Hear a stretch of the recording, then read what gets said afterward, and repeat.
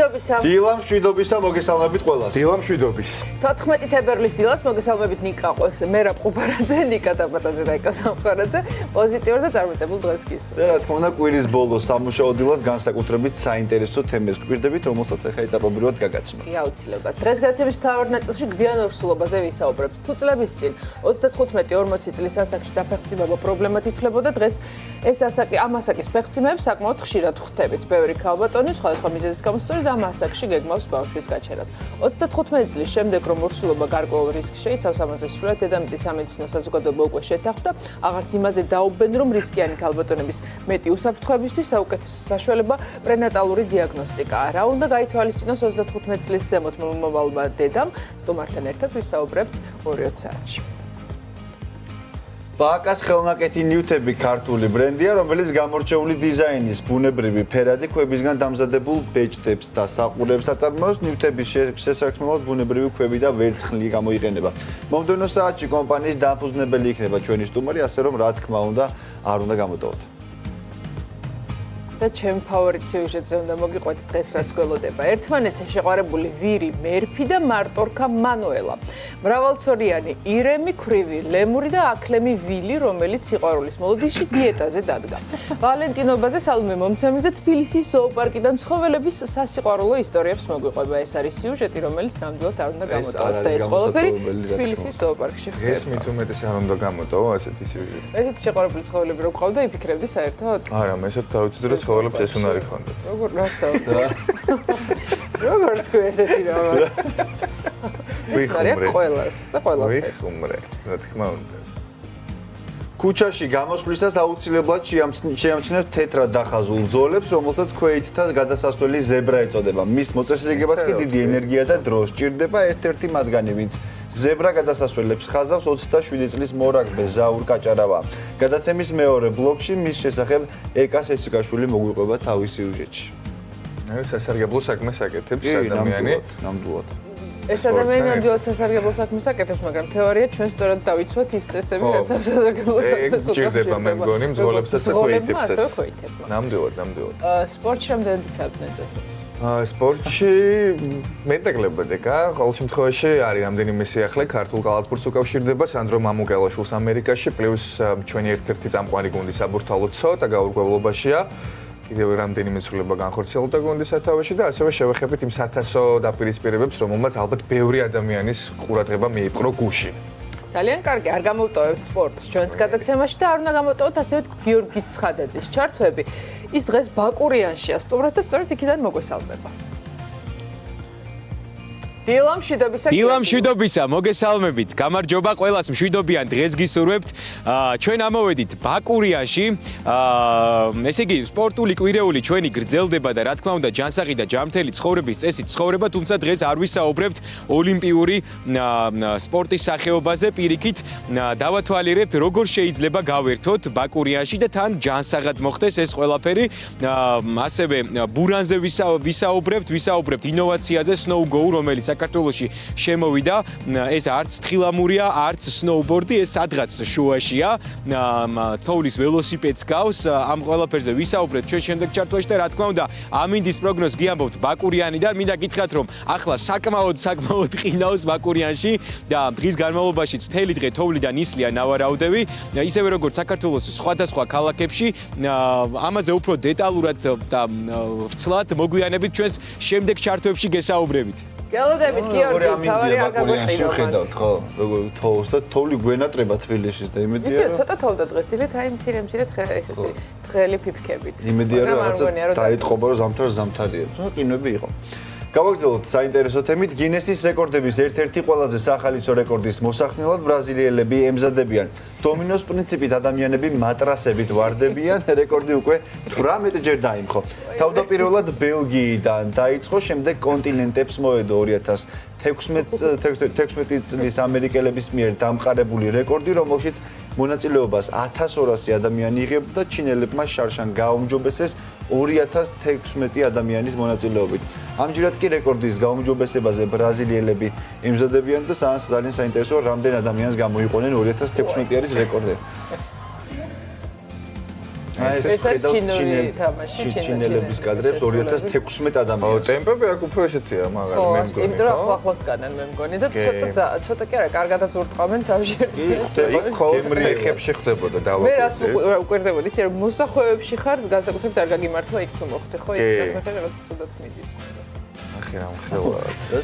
და საინტერესოა. თუმცა დაზიანდი ალბათ იქნებოდით დომინოს ქვა რიგითი. არა. აი ნახე მოსახვეში არის. ოპა, მიაჩქარდა ვიდეო. არის ვიდეო აჩქარდა. ხა ნახე, ვაი მე 2016 ადამიანი. ჩინეთის დიდი კედელია ფაქტობრივად. ასე რომ ბრაზილიელები ნახოთ რამდენი ადამიანს გამოიყვანენ და ალბათ გაუმჯობესებია. ისე მატრასების რეკლამისთვისაც კარგი საშუალებაა. ისე საინტერესოა კი.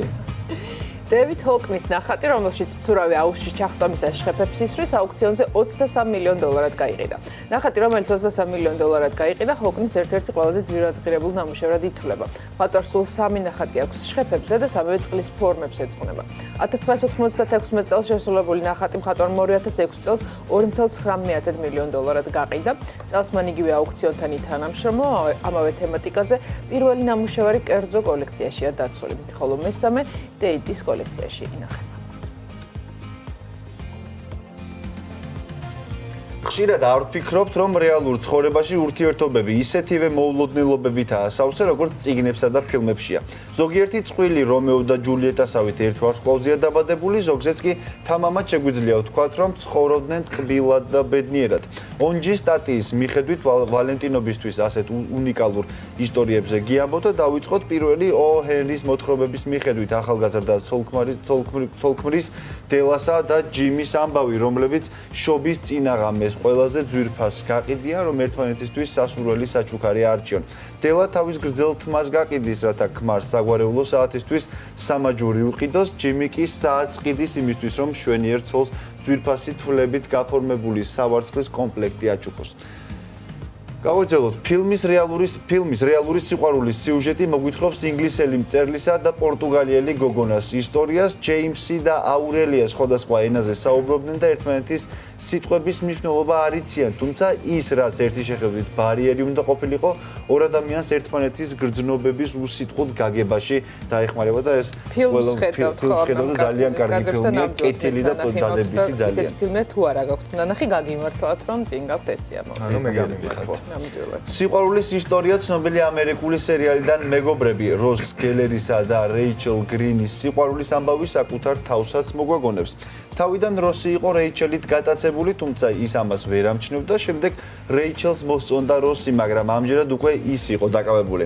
ხშირ შემთხვევაში ცხოვრებაშიც ასე ხდება. სერიალში კი ჩვენს საყვარელ გმირებს საბოლოოდ ბედი გაუღიმებთ. საუკეთესო მეგობრობიდან სიყვარულში გადაზრდილი გრძნობა ყველაზე ძლიერია. ამავე სერიალიდან მონიკასა და ჩენდლერის სიყვარულის ისტორიაც სწორედ ასეთია. ისტორია ქართული სერიალიდან ჩემი ცოლის დაქალები. სეზონების განმავლობაში ქართველი მაყურებელი აკაკი შუკაკიძის ყველაზე იღბლიან და ბედნიერ კაცად კაცად იცნობდა, რომლის საღამოებით ცოლთან არარეალურად სრულყოფილიც კი იყო. სინამდვილეში აკაკი მამ წლების განმავლობაში მოჩვენებებთან ერთად იცხოვრა. მარგარეტ მიტჩელის ცნობილ რომანში სიყვარულითა და სიძულვილით სავსე ურთიერთობები ხშირად გვახსენებს მომენტებს საკუთარი ცხოვრებიდანაც. სამოქალაქო ომის პარალელურად აღმოცენებული სიყვარულის ეპიკური ისტორია ვნებით, ღალატით, იმედგაცრუებითა და ტრაგედიით არის სავსე, მხოლოდ მაშინ, როდესაც სკარლეტი ხვდება, რომ მთელი ცხოვრება ერთ კაცზე იყო შეყვარებული, მას რედ ბატლერი ტოვებს. ასე რომ სიყვარულო ისტორიები არის ზოოპარკშიც, ფილმებშიც, წიგნებშიც. სიყვარულის გარეშე არ გამოდის რეალურად არაფერი. დილა ფორმულაზე დაბრუნდა პირდაპირ ეთერში კიდევ ერთ საინტერესო თემაზე მოგიყვებით. მსოფლიოში დაახლოებით 200,000-დან 9 მილიონამდე სასტუმრო არსებობს. ფაქტობრივად ყველა მათგანი განსხვავებულია როგორც ფასებით, ასევე მომსახურების ხარისხით, მათ შორის არჩევანის გაკეთებაში კი ვარსკვლავების რაოდენობა გვეხმარება. სავარაუდოდ 1300 წლის წინ მსოფლიოს ყველაზე ძველ სასტუმროს შესაფასებლად ვარსკვლავები არც კი დასჭირდებოდა.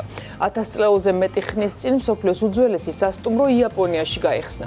ის დღემდე პირვანდელი დანიშნულებით ფუნქციონირებს. კეიუნკანი, ასე ჰქვია სასტუმროს, რომელიც ჩვენ წელთაღრიცხვით დაახლოებით 705 წელს დაფუძნდა. შენობა ცხელი წყლის წყაროებთან ბუჯივარა მაჰიტომ ააშენა. მას შემდეგ სასტუმროს მისი ოჯახის წარმომადგენლები უკვე 55 თაობაა ფლობენ.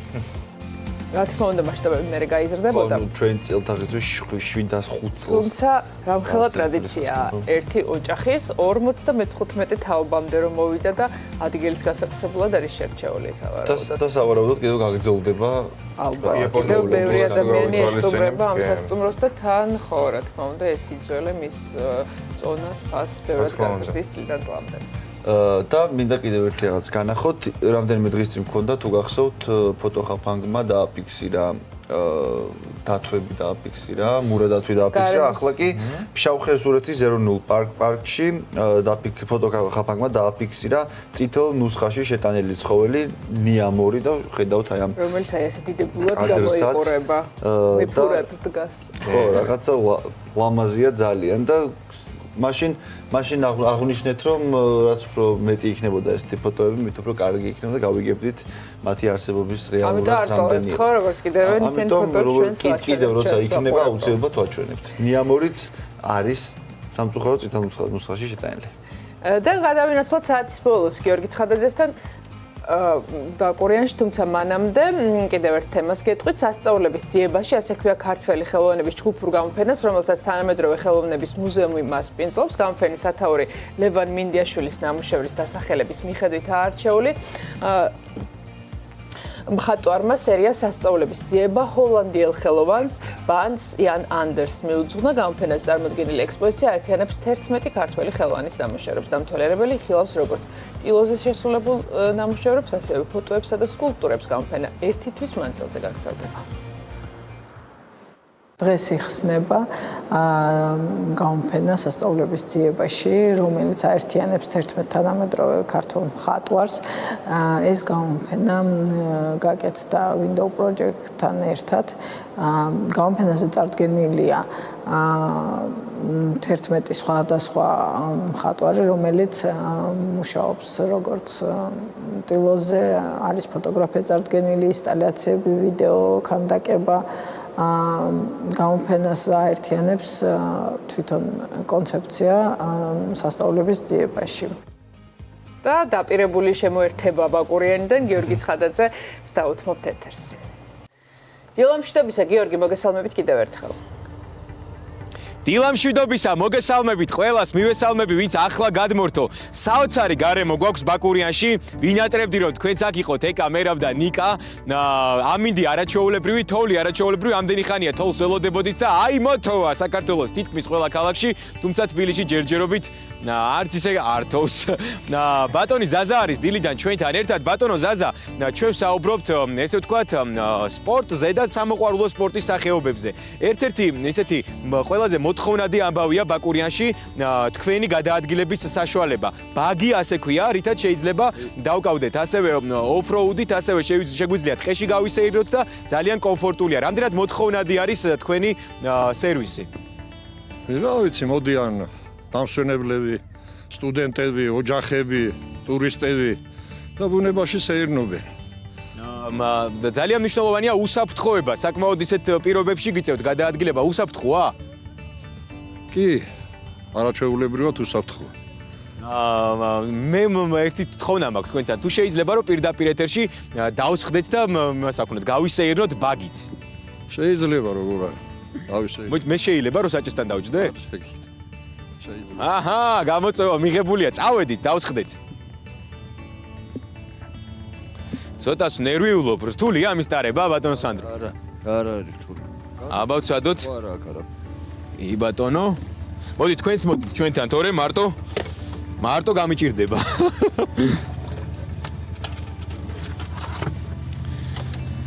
ესე იგი გაზი, ორმუზი გაზს უსვეთ ჩერდება, ყოველ შემთხვევაში. და საით უნდა წავიდეთ? აქეთ წავალთ. წავედით.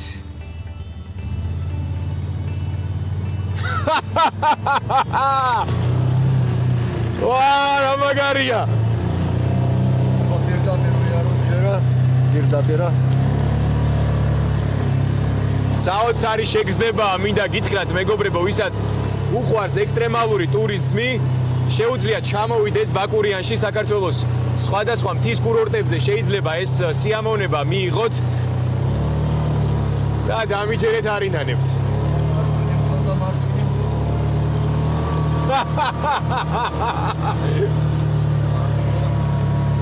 მარცხენა კიდე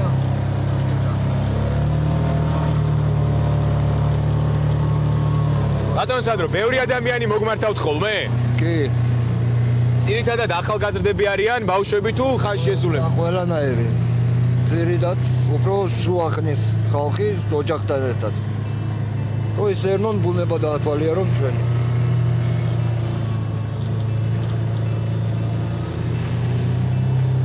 მიუხედავად იმისა, რომ ძალიან დიდ თოვლში გადავადგილდებით, მინდა გითხრათ საკმაოდ უსაფრთხოდ გრძნობ თავს და ეს ძალიან მნიშვნელოვანია. მოდი ცოტა ხანი გავჩერდეთ, მე ამინდის პროგნოზს წავიკითხავ.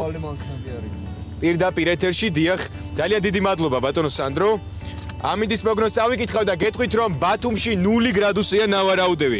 ფოთში აირის ტემპერატურა ასევე 0 გრადუსი იქნება, სოხუმი -1, ზუგდიდი +2, ცაგერი კი -3 გრადუსი სყინვა შენარჩუნდება. მესტიაში -15 გრადუსს გვირდებიან სინოპტიკოსები, ოზურგეთი -1, ამბროლაური +4, ხოლო ახალციხე -8 გრადუსი. სამტრედიაში -1 გრადუსია ნავარაუდევი, ქუთაისში აირის ტემპერატურა 0 გრადუსს მიუახლოვდება, ხაშური -1, ბორჯომი -7, ბაკურიანში -10, ხოლო გუდაურში -12 გრადუსი ყინვაა ნავარაუდევი. ცხინვალში აირის ტემპერატურა -6 გრადუსამდე გათბება, გორი -5, თელავი -2, რუსთავშიც -2 გრადუსი შენარჩუნდება. თბილისში -1 გრადუსია ნავარაუდევი, ღამე თოვლია, დღის განმავლობაში კი მზე გვაქვს ღრუბლებში. თბილისის გარდა კი საქართველოს სხვადასხვა ქალაქებში ძირითადად ნალექი და თოვლია ნავარაუდევი, ასე რომ გაითვალისწინეთ, ჩაიცვით თბილად, იმიტომ რომ ძალიან ცივა და თანაც ასეთი თოვლია განსაკუთრებით მაშინ, როცა მთის კურორტზე ხართ. ჩვენ შემდეგ ჩართვას რაც შეეხება ვისაუბრებთ ძალიან საინტერესო, ასე ვთქვათ, ექსტრემალურ სპორტის სახეობად ითვლება ესეც, ეს რა თქმა უნდა არ არის ოლიმპიური სპორტის სახეობა, თუმცა snow go, ასე ქვია, რომელსაც მოყვარულ ექსტრემალებს შეუძლია გაერთონ ამ სახეობით, ინოვაციაა სხვათა შორის საქართველოში და დავათვალიერებთ, გავეცნობით, როგორ შეიძლება მოვიხმაროთ ეს გადაადგილების საშუალება, ასე რომ დარჩით ჩვენთან და დაიწყეთ დღე ფორმულაზე. გარემო არაჩვეულებრივი, ამინდიც არაჩვეულებრივი, ეკა მერაბ ნიკა. მადლობა გიორგი. სპორტულ კვირეულს აგვირგვინებს თოვლში და დესერტით. ხო, ეგრე გამოვიდა. ბოლოსკენ მოვიდა. დილა ფორმულაზე დაბრუნდა პირდაპირ ეთერში, ცოტა ხანში სპორტის სიახლეებს მოვისმენთ, თუმცა მანამდე გადაცემის მთავარ თემებს შეგახსენებთ. თუ 10 წლის წინ ხანდაზმულ ფეხმძიმედ 28-30 წლის ქალი ითვლებოდა, ბოლო პერიოდში ამასაკმა 35 წლამდე გადაიწია. საკმაოდ ბევრი ქალბატონი სწორედ 35 წელს ზემოთ გეგმავს ფეხმძიმებას, რა უნდა გაითვალისწინონ გვიანი ფეხმძიმების პერიოდში ქალბატონებმა, ვისაუბრებთ სტუმართან ერთად უკვე მომდევნო საათში. დღეს პარასკევია, რაც იმას ნიშნავს, რომ შაბათ-კვირის საკითხავი უნდა გირჩიოთ, რა უნდა წაიკითხოთ უქმეებზე, მწერალი თეონა დოლენჯაშვილი გირჩიოთ მომდევნო საათში. ასე რომ საინტერესო რჩევები გველოდება, არ გამოტოვოთ. განსაკუთრებით ველოდები ხოლმე მე ამ რუბრიკას. წიგნებთან ერთად დღეს არქიტექტურაზეც ვისაუბრებთ, რთული და უჩვეულო არქიტექტურული კონსტრუქცია ჩვენს ქალაქში. ეს უკვე მოექცა მსოფლიოს ყურადღების ცენტრში. მომდევნო საათში რუბრიკაში არქიტექტურა და დიზაინი ერთად ნახავთ გიორგი ხმალაძის პროექტს კაფსულა. ახლა კარგი თემით გავაგრძელებთ. სიყვარულის ისტორიების ზოოპარკში ბევრმა ალბათ არც იცით, რომ ცხოველები გრძნობებს ხშირად ემოციურად გამოხატავენ. მაგალითად, თბილისის ზოოპარკში ყავს ერთმანეთზე შეყვარებული მარტორქა და ვირი. ისინი 6 წელია ერთად ცხოვრობენ და ხშირად ემოციებსაც არ მალავენ. ყავს ასევე ირემი, რომელსაც 10 ცოლი ყავს, ათეულობით ცოლი ყავს ბოდიში და ქრივი ლემური, რომელიც შვილებს მარტოს ზრდის. უფრო მეც უკვე სალომე მომცემლიძე მოგვიყვება თავის სიუჟეტში.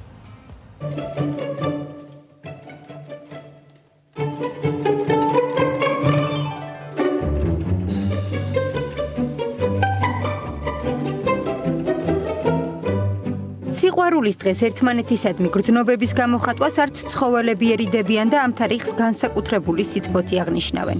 თუ კარგად დააკვირდებით, შეამჩნევთ შეყვარებულ ცხოველებს, რომლებიც ერთად ჩახუტებულების ხედან ან ერთმანეთს ეფერებიან. ლიტერატურული, სახალისო თუ დრამატული, ამ ვოლიერებში სიყვარულის არაერთი ისტორია ვითარდება. ხანდახან რო გჭირდება რომ მიხვდე ვინ არის შენი მეორე ნახევარი. გრანდისა და მალკას სპილოების სიყვარულის ისტორიაც ასეთია. ჯერ დამეგობრდნენ და შემდეგ მიხვდნენ რომ ეს ურთიერთობა მეგობრობაზე მეტი იყო. მორიდებულად დაიწყეს ურთიერთობა. ახლა კი ცდილობენ ოჯახს პატარა სპლიყო შესწინონ. გრანდი და მალკა მათ სიყვარულს ძალიან ესეთი საინტერესო ისტორია აქვს. თავიდან ყავდა მალკას სხვა მეუღლე, ბაჩო, რომელიც სამწუხაროდ ესეც საკმაოდ ადრე მათ დაიღუპა, მანამდე შეეძინათ ერთი შვილი, რაც ძალიან იშვიათი მოვლენაა და შემდეგ ერევნის ზოოპარკში ყავდათ სპილო და ეს ჩვენი პატარა სპილო და გრანდი გავცვალეთ და ჩამოვიყვანეთ გრანდი თბილისში. შესაბამისად მას მერე ესენი ერთად ცხოვრობენ, ძალიან უყვართ ერთმანეთი, იმიტომ სპილოები სოციალური ცხოველები არიან და მათ მარტო ცხოვრება მათთვის ძალიან ის არის, აი მათ შეუძლიათ ერთმანეთთან კომუნიკაცია და საკმაოდ საინტერესოა და მაქსიმალურად ცდილობენ რომ გამრავდნენ. ერთი ნახვით სიყვარულის თუ არ გჯერათ, მანუელას და მერფის ვოლიერში შეიხედეთ. თავად დარწმუნდებით, რომ ეს ნამდვილი სამაგალითო მოვლენაა. ზედმეტად უცნაური წყვილის შეხვედრიდან 6 წელი გავიდა. ისინი დღემდე ერთად ცხოვრობენ და ერთმანეთს ეზრუნავენ. თავიდან ჩამოვიყვანეთ ორი მატორსა და მანუელა დარჩა მარტო. ეს იყო ტრაგიკული შემთხვევა, რის გამოც გამრი დაიღუპა და დარჩა მანუელა მარტო. და შესაბამისად მარტო რო ყოფილიყო, ამიტომ გადავწყვიტეთ რომ მანუელა მოდი ჩემთან. მოდი აქ, მოდი ჩემთან, მოდი პატარა. გადავწყვიტეთ რომ ცოტათი გაგვეხიარულებინა შეგვექმნა მისთვის ისეთი უფრო საინტერესო და ჩაუსვით ვირები, რამოდენიმე ვირი, მათ შორის ერთი აი ეს ყვაწვილი. შესაბამისად, რასაც არ ველოდებოდით, უცებ ორივეში მათში, ასე ვთქვათ, განსაკუთრებით შეიძლება ითქვას, რომ ვირში უფრო იფეცხა მათში რაღაც გარკვეული სიყვარულის გზნობა და ცდილობდნენ, რომ შეჯვარებულიყვნენ კიდევაც. ალპაკა ტომასი პოლიგამია. მას ორი მეუღლე ჰყავს. სასიყვარულო სამკუთხედმა გაამართლა. 4 წელიწადში ოჯახმა საკუთარი ფარა შექმნა. მრავალრიცხოვან ვოლიერში 8 ალპაკა ბინადრობს. ყველაზე ღუნღულა პატარა ოჯახს ნოემბერში შეემატა. რამდენიმე ქალის მიუხედავად ოჯახში სრული იდილია. ალპაკები ეს სამხრეთ ამერიკული ცხოველები არიან. ჩვენთან ჩამოვიდნენ რიგიდან, ჩამოვიდა ტომასი და მისი ორი მეუღლე, კამენე და კარმენი. და შესაბამისად, უკვე იმდენად ძლიერი სიყვარულით ერთმანეთს საკმაოდ მრავალრიცხოვანი თავმოყრობა მოხდეს და საკმაოდ წარმატებით მრავლდებიან, რა თქმა უნდა, ჩვენთვის ძალიან სასახარულო არის. ესენი მონოგამები არ არიან, პოლიგამური ცხოველები არიან, შესაბამისად, რაც უნდა ქონდეთ ესეთი დიდი სოციალური ჯგუფი. ველურ ბუნებაში ქალის გულის მოსაპოვებლად ბრძოლა მოუწევდა. თბილისის ზოოპარკში კი ყველა მანდილოსანი მისცია. დიდი დატოტილი რქებით იწონებს თავს, თუმცა არც ესაა საჭირო. ყველა მდედრი მის გარშემო პატივით ებყრობა. მათ სასწავლო პერიოდია, ყვირალობა ქვია, რადგანაც ისინი ყვირიან, სხვადასხვა სახეობის ირემი, სხვადასხვა ნაირგვარს გამოსცემენ, ეს ხალებიანი ირემი გახლავთ, რომელიც ასევე უფრო ნაზიხმა აქვს მაგალითად ვიდრე კავკასიური ირემს, მაგრამ ძალიან შორ მანძილზე ისმის ხოლმე მათი ხმა და ეს ხმა სწორედ ორი ფუნქცია აქვს, ერთი რომ მიიზიდოს მდედრები და დააფრთხოს მამრები და ყველა შემთხვევაში დაფრთხობა არ მოქმედებს ხოლმე, ამიტომ მამრი, რომელიც თავს გრძნობს ისეთივე ძლიერად როგორც ეს არის, იმართება ხოლმე ტურნირი. ძალიან გამძაფრებული ბრძოლები არის ხოლმე, რომელიც ძალიან იშვიათად, მაგრამ ხანდახან საკმაოდ სერიოზული ჭრილობებით თავდება ხოლმე. სწორედ მათი დატოტვილი რქები, სწორედ ამისთვის არის, ეს არის მნიშვნელოვანი ინსტრუმენტი და სწორედ ეს მათი ქცევის ერთ-ერთი მნიშვნელოვანი მომენტი არის. ყველაფერი ხდება მდედრების გამო. ისინი ესე გამძაფრებით ცდილობენ მოიპოვონ თავიანთი მეწყვილეები.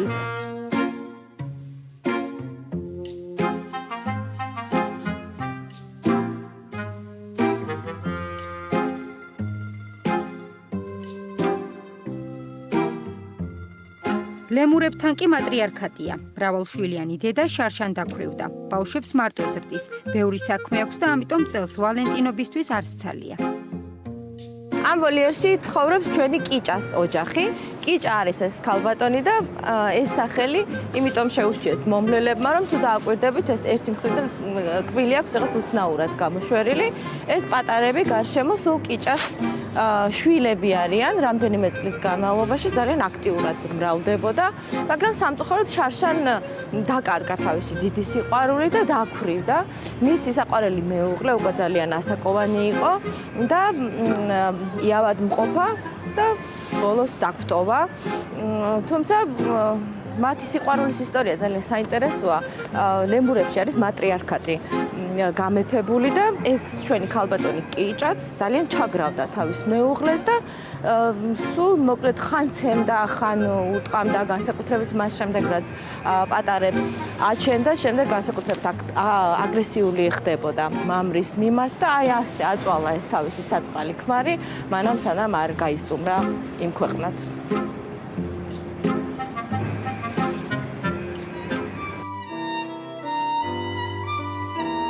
კიდევ ერთი სიყვარულის დღე მარტოობაში. აკლემი უილი უიმედო სიყვარულის მსხვერპლია. სიამოვნებით გაუყოფდა ვოლიერს მეორე ნახევარს, თუმცა ამ დრომდე მოლოდინშია. მარტო ნებივრობის და საკვების სიყვარულის გამო წონაში საგრძნობლად მოიმატა. თუმცა გადაწყვიტა დიეტა დაიცვას. იმედოვნებს, რომ მალე დაწყვილდება და დიეტა მას ფორმის შენარჩუნებაში დაეხმარება. ბააკას ხელნაკეთი ნივთები ქართული ბრენდია, რომელიც გამორჩეული დიზაინის, ბუნებრივი ფერადი ქვებისგან დამზადებულ ბეჭდებსა და საყურებს აწარმოებს. ნივთების შესაქმნელად ბუნებრივი ქვები და ვერცხლი გამოიყენება. კომპანიის დამფუძნებელი სოფო ბააკაშვილია ჩვენი სტუმარი. დილა მშვიდობისა. სოფო. მოგახსენებთ მოგზაურობისთვის. მადლობა მოსვლისთვის და თან ამდენი ნივთის მოტანისთვის, რომ კარგად ვაჩვენოთ ეს ორიგინალური და გამორჩეული ფორმები, ხო? როდიდან დაიწყო ისტორია კომპანიის? და როგორ დაიწყო, რა გახდა თავიდან ინსპირაცია? პირველ რიგში მოგესალმებით და მევესალმებით თქვენს მაყურებელს. სადღაც 2 წლის წინ ეს არის რაღაც ჩემი ჰობი იყო, რომელიც მე საქმედ ვაქციე. ძალიან მიყვარს სამკაულები და ყოველთვის როცა რაღაც ძალიან შემიყვარდებოდა საყურე ან ბეჭედი, სულ კარგავდი და ერთ დღესაც გადავწყვეტა, რომ ჩემით გამეკეთებინა ეს დიზაინი და მივედი ოქრომჭედელთან. ეს იქნებოდა რთული გზა, იმიტომ რომ ბევრი მსმენი ამ თემაზე, ვინც სამკაულზე მუშაობს, რომ ოქრომჭედელთან რომ მიდიხარ, არ არის მარტივი ისეთი ადამიანი, ვინც ყველაფერს მაქსიმალურად გაიგებს, შენს მოთხოვნებს და მოგცემს იმ პროდუქტს, რაც ჩაიფიქრე თავიდან. რა თქმა უნდა, თავიდან ძალიან ძნელი იყო. პირველი 8 თვე დილიდან საღამომდე მეტროსანამ დაიკეთ 12 რო 5 იყო და გამოვდიოდი ხოლმე ოქრომჭედელიდან, სულ იქ ვიჯექი, მე თვითონ ვეხმარებოდი ყველაფერში და მთელი ჯაფა ჩავდე ამ ანუ ეს არ არის საქმე, რომელსაც უბრალოდ რაღაც შეუკვეთავთ გამოხვალ და მზად დაგხვდება, მე თვითონ ვიყავი ჩართული ამ ყველაფერში. დავიწყეს ჩემთვის და მე უკვე მოწონება რომ დაიმსახურე ჩემ მეგობრებში, ნაცნობებში, მე გადავწყვეტა რომ მოდი რატომაც არა და ეს არის ერთ-ერთი პირველი ნივთი, რომელიც არის ჩვენთან. ერთ-ერთი სუპირველი კი. სუპირველი. როგორი ალბათ მე ამ ნივთს რო უყურებ, თელ გზას ხედავ, ხო, ალბათ განვითარების რომ საიდან სად მიდიხარ ადამიანი, ხო? ანუ ეს როგორი, ანუ ამ თავიდანვე ეს მრგვალი ფორმები უფრო გეომეტრიული მიმართულებებია, ხო? გეომეტრიულია, თუმცა გეომეტრიულიც არ არის. პირველი ნივთი ესეც ეს ბეჭედიც ერთ-ერთი პირველია, კი ბატონო. აი ფორმები ხო, აი სხვადასხვა არა, ალბათ ისიც უნდა გაითვალისწინო, რომ მარტო ერთი ხაზი არ ქონდეს და ერთი გემოვნების ადამიანები არ დააკმაყოფილო, ხო, იმიტომ რომ მაინც სხვადასხვა ხო, სხვადასხვა ასაკის მომხმარებელია, სხვადასხვა ინტერესები აქვთ მათ და ამ ხრივ როგორ ფიქრობ იმაზე, რომ ყველასთვის იყოს ბაგას. ცით აი ამ პროცესში მივხვდი, რომ აი ბავშვებიდან დაწყებული ყველა ასაკის ადამიანი მოიხმარს ჩემ სამკაულებს და ძალიან სიამოვნებს ეს ყველაფერი. ნახოთ სიყვარულის დღეა და გულები დავიდა. ეს გულები ახლა გავაკეთე. ახალია ხო? სამი დღის წინ. ეს თლიან დრო დავანახოთ. კი, აი ნახოთ, ნამდვილად შეგვიძლია ამოვიღოთ. აი რა როგორ იცვლება? თქვა 2 წელი მაინც ცოტა არის რომ ამას დააკვირდე, მაგრამ რამდენად იცვლება? შენ ალბათ კარნახობ მომხმარებელსაც რაღაც ახალ ფორმებსაც და შესაბამისად იცვლება, ასე ვთქვათ, მოდა ხო ამ მიმართულებით. იმედი მაქვს, კი, აი საით მივიდივართ, უფრო მინიმალური მიმართულება თუ უფრო დიდი და მასიური ნივთების. აი გააჩნია ყველანაირი მაქვს, მინიმალურიც მაქვს და ეს დიდი ფორმებიც მაქვს, ბეჭდებიც და საყურეებიც და ანუ ორივეზე მოთხოვნა არის პატარაზე ის გააჩნია გემოვნებას ალბათ და ეს კიდე ეს ერთი ხაზი ვფიქრობ რომ იმიტომ არ მაქვს რომ დაკვირვების შედეგია ხო ეს ყველაფერი რა სხვადასხვა აი თუნდაც ერთი ადამიანი ერთხელ რო შეიძენს მე მოდის და უკვე რამოდენიმეჯერ აქვს სხვადასხვა ნივთი ნაყიდი და ხვდები მაგ დროს რომ მრავალფეროვნება შეიმჩნევა მაინც ამ ჩემს გარდა ქართველი მოხმარებლისა უცხოელებიც აქტიურობენ ხო? უცხოელებიც კი და ძირითადად რომელი საიდან რომელი ქვეყნებიდან ან ეს ტურისტულად ყველანაირი ყველა ქვეყნიდან შემხვედრია თითქმის ეს როგორ კეთდება ესეთ ფორმა ეს არის საყურე ხო? ეს ხო აი თვალზე მინდა ვთქვა ხო? განსაკუთრებული თვალი არის, რომელიც აი დააკვირდებოდა ჩვენი მაყურებელიც, რომ ხო ელვარება აქ შიგნით კიდე სხვა ცხოვრებაა. ესაა კატის ქვები, რომელიც პირველად აღმოაჩინე ვარდისფერი ქვა. და რომ ხო ბეჭედიც და ხოდ ვარდისფერი იყიდებოდა და დავიწყე ვარდისფერი ქვებით გაკეთება და ძალიან მოუხდა ვერცხლს და მე აღმოვაჩინე რაღაც გვერდი, საიდანაც გამოვიწერე ფერადი და ძალიან მომწონს, იმიტომ რომ თან გარდამავალია, თან ფერადია და ვერცხლსაც ძალიან უხდება. აქ არის მთელი ლანგარი ის ხო, ბეჭდის, სადაც არის აი ასეთი ფორმები, გასავსებს და შეგნით. სოფო, არის აი ეს საყურეები, ერთი არის რომბის ფორმა და მეორე ხაზი, ხო? ანუ ის რო სხვადასხვა ესეც რაღაცა, თუ ეს არ ყოფილა გაიშალა. ანუ სხვადასხვა ფორმის ერთ მხარეს და მეორე მხარეს სხვა ფორმა, ესეც რაღაც ძალიან ესეთია, ხო? კი ბატონო, ეს მოხონადი აი ესეც მაგალითად აღონ სტილი უნდა იყოს დაახლოებით ერთი, ხო, რომ ერთმანეთთან თანაც ეს შესაკრავებზე აქვს ბევრს პრეტენზია, რომ აი ესეც მაგალითად ვერ იკეთებენ და შესაბამისად მე ესენი არის ძალიან კომფორტული, ჩამოიცნებ და არ მოგძვრება. როცა დიდი ზომის არის, თქვათ სიმძიმე, ამაზე ალბათ ფიქრობ, ხო, რომ არ იყოს მძიმე. პირველ რიგში ვაკეთებ, რომ ვაკეთებ მე პირველი ტესტავს ამას ხარ თავად. მე რომ ნახო როგორი კომფორტულია და ჩემთვის თავარია რომ იყოს კომფორტული. რა ვიცი, გარეგნო და ნახერალამაზია სოფოს ხელზე ბევრი ბეჭედი ერთად აკვირდები მთელი გადაცემის მანძილზე და შეიძლება იფიქრო რომ ეს სხვადასხვა ერთად, მაგრამ ჯამში ხო ეს სხვადასხვა ერთად ძალიან საათ შეგვიძლია რომ გიპოვნოთ. მაქვს რამოდენიმე მაღაზიაში შეიძლება და ასევე გამოფენებზე ხო რაც შეიძლება არის საშობაო თუ ქუჩის გამოფენები უკვე ბევრია. და ამინდები რომ გამოდის პიონერთა სასახლის წინ სთოლის მარკეტზე გამართ. მოსწავლე ახალგაზრდობის სახლის წინ და თვითონ ეს ლოგო ხო? ბაკა ძალიან გავს იმ სამკაულს, რასაც ქმნი. კი ბატონო, ეს მე და ჩემი მეგობარმა ზუსტად 15 წუთში გავაკეთეთ. და ძალიან მომწონს ეს ლოგო, მინდოდა რომ შესაბამისი ყოფილიყო ჩემი სამკაულების და ეს 15 წუთშია გაკეთებული, თითოეულ ნივთზე ფიქრი რამდენ ხანს გრძელდება? დიდხანს არ ვფიქრობ, რაღაც რამდენჯერაც დიდხანს ვიფიქრე სხვათა შორის. ანუ სიმარტივის ისიც მთავარი ალბათ ამაში დევს, რომ მარტივი იყოს და მარტივად შექმნილი. აი ესეც ნახე როგორი ლამაზია. ხო, მარტივი, აი თითქოს ეს უცბად გადაწყვეტილი, ხო? და გადატვირთული არის. არ უნდა იყოს. და სიჭრელეც ძალიან მომწონს. მარტო ეს სადაც არის და ამავდროულად ხო, სადად ჭრელია ხო, იმიტომ რომ ერთმანეთში და სამომავლო გეგმებზეც ვგითხრათ, რა საპიროთ მომავალში.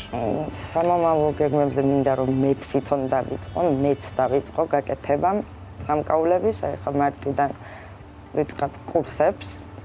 ასევე მინდა სახელოსნო მაღაზიის გაკეთება და ნახოთ და კიდევ მრავალფეროვნება მინდა შევმატოთ ჩემს სამკაულებს. წარმატებებს გისურვებთ და მადლობა რომ იყავით. დიდი მადლობა, პირიქით, მადლობთ. მადლობა. და გავაგრძელოთ კიდევ ერთი მორიგი საინტერესო თემით. ყოველდღიურად ალბათ ათასობით ადამიანი სარგებლობს ზებრა გადასასვლელით. ერთი შეხედვით ის უბრალოდ თეთრად დახაზული ზოლებია, მაგრამ მისი დანიშნულება იმდენად დიდია, რომ ბევრი ადამიანის სიცოცხლეც კი გადაურჩენია. იმისთვის, რომ ჩვენი გადაადგილება ქუჩაში უსაფრთხო იყოს, ამაზე უამრავი ადამიანი ზრუნავს, მათ შორის ალბათ ვერც კი წარმოგიდგენიათ, რომ მორაგბეებიც არიან. სწორედ ასეთი ადამიანია ზაურ გაჭარავა, რომელმაც სამწუხაროდ ფეხზე მცირე ტრავმა მიიღო და ჩვენმა გადამღებმა ჯგუფმა ვეღარ შეძლო მის თამაშზე დასწრება, მაგრამ მის შესახებ ეკა სესიკაშვილი მოგვიყვება დეტალურად თავის სიუჟეტში.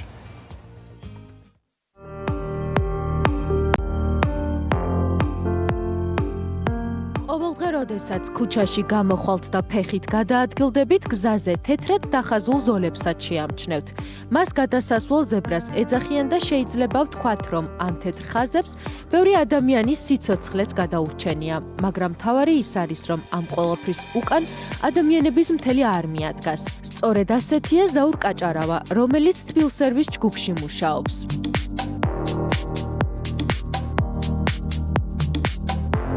პატევია თბილისის ჯგუფში მუშაობა ჩემთვის და ვთვლი რომ თბილისისთვის ძალიან მნიშვნელოვან საქმეს ვაკეთებ. იქიდან გამომდინარე რომ ეს ქვეითთა გადასასვლელი ხარ რაც იხილე თქვენ შევასრულეთ და გავაკეთეთ, ისევ ჩვენ გამოგვადგება, ჩვენ შვილებს და თბილისელებს გამოადგება და მნიშვნელოვანია ისიც რომ ნელ-ნელა მივდივართ იმ კულტურამდე რომ ადამიანებმა ისწავლონ ქვეითთა გადასასვლელზე გადასვლა.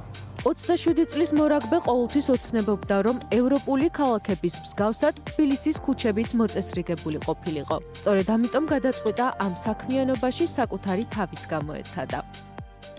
ერთ-ერთი ყველაზე მთავარი მიზეზი, რამაც განაპირობა თბილისის ჯგუფში ჩემი მუშაობის დაწყება, იყო ის, რომ ხშირად დავდიოდი ევროპაში, რამოდენიმე ქალაქში მიწევდა ხშირად ჩასვლა და სულ მინდოდა, რომ როგორი მოწესრიგებული იქ იყო ინფრასტრუქტურა, როგორც იყო მოწესრიგებული ევროპაში, მინდოდა, რომ დაახლოებით მაინც მიახლოებული ყოფილიყო ჩვენს დედაქალაქში და მინდოდა სულ რომ აი რაღაცით გადმომეტანა იქედან ჩემი წვლილი შემეტანა ამ ყველაფერში იქედან გამომდინარე რომ მაგის რესურსი მე არ მქონდა რომ პირადად მე გადმომეტანა მივხვდი რომ ის იყო სამსახური თბილისის ჯგუფი ერთ-ერთი ესეთი სამსახური იყო სადაც შემეძლო ეს ჩემი ფიქრები და სურვილები რეალიზაციად მექცია. მარტივი არ არის ყოველდღე საგზაო მონიშნები და ქვეითთა გადასასვლელები თერმო და ცივი პლასტიკით დახაზო, მაგრამ ფიქრობს, რომ ეს ყველაფერი შედეგად ნამდვილად ღირს. რთული არის ღამისთევა, მაგრამ თუ ამ სირთულეებს შევადარებთ იმას, რომ ჩვენი გაკეთებული საქმით რა შეიძლება მომავალში მოხდეს, არ იქნება გადაჭარბებული თუ ვიტყვი რამდენი სიცოცხლე შეიძლება გადარჩეს იმითი, რომ ადამიანი გადავა ქვეითთა გადასასვლელზე. ამ ყველაფრიდან გამომდინარე, ეს სირთულეები ცოტა გვერდზე მეორე პლანზე გადადის რა.